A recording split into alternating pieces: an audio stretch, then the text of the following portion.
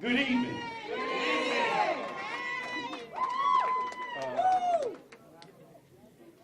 Well, I guess it is what it is, right?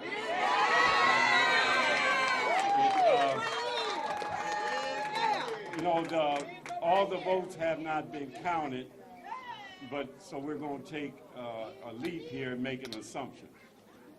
But I want to start off by thanking some people.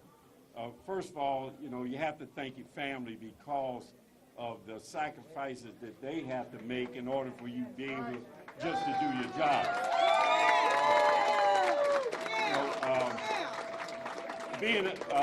Being a mayor and just governing has its demand on your time, but when you have to govern and campaign, that's 2 or 3 times. So I want to thank them.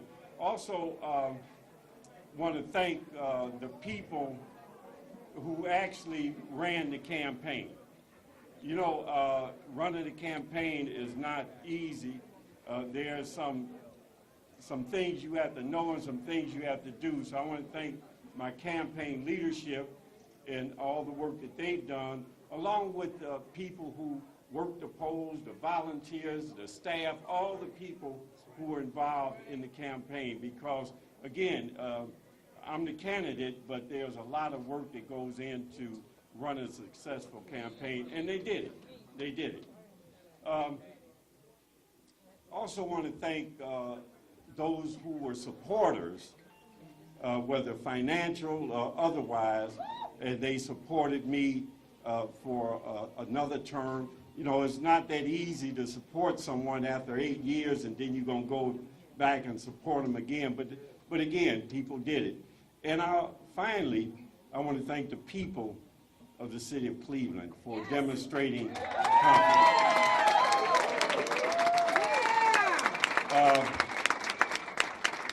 Again, 8 years is 8 years. And usually after 8 years, people tend to change their mind about a lot of things. But so I really do, well, I appreciate that. But I appreciate the support that they've given me this time to ensure that we can have another term as mayor of the city of Cleveland. Now, why? Why?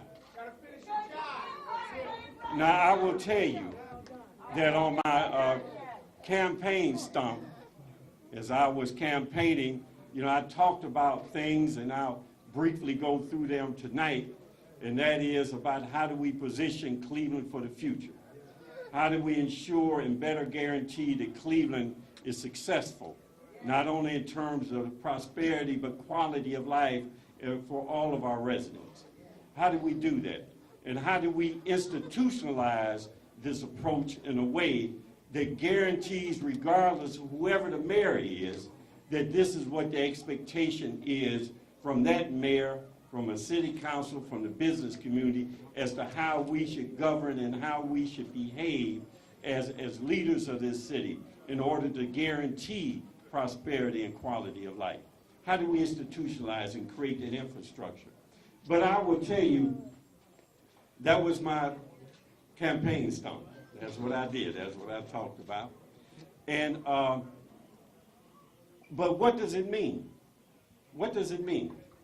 And and why would I want to do it again, since I have 37 years in government and 24 elected, 13 in the court, and really don't need any more time to retire? So why? Why do this? Because you dedicated. Yeah. Woo! But let me. I got the answer. but let me tell you why, and I'm gonna tell you why I did it.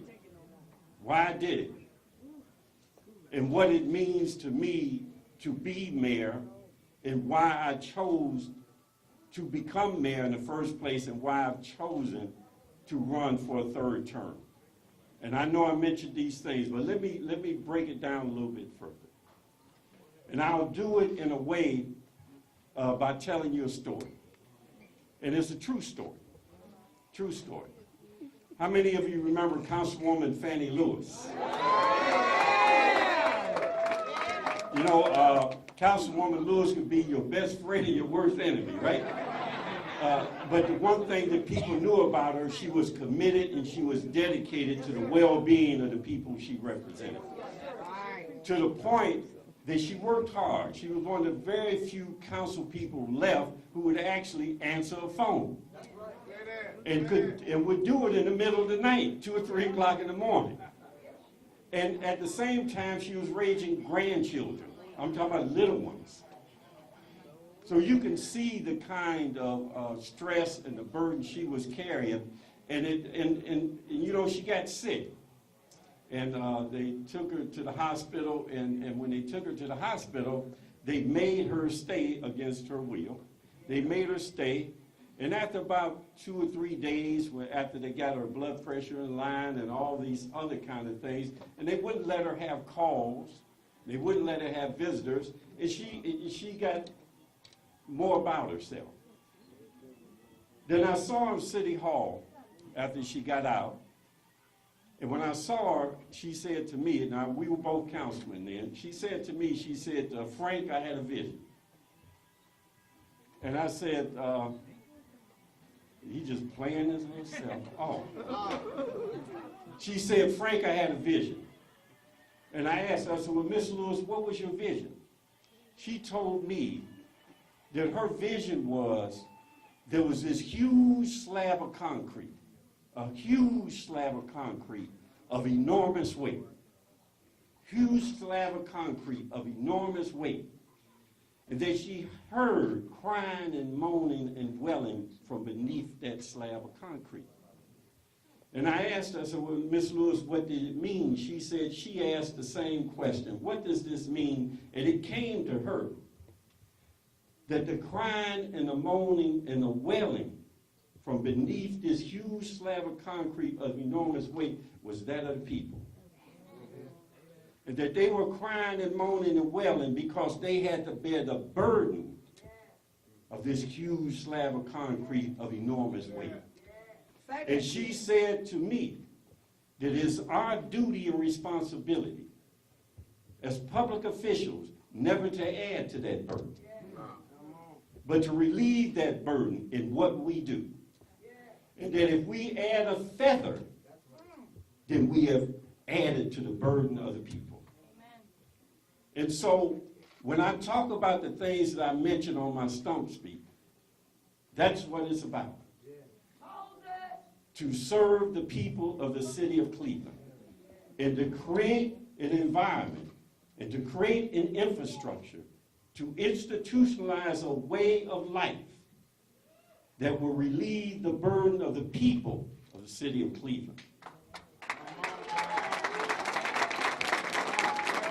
So I'm thankful.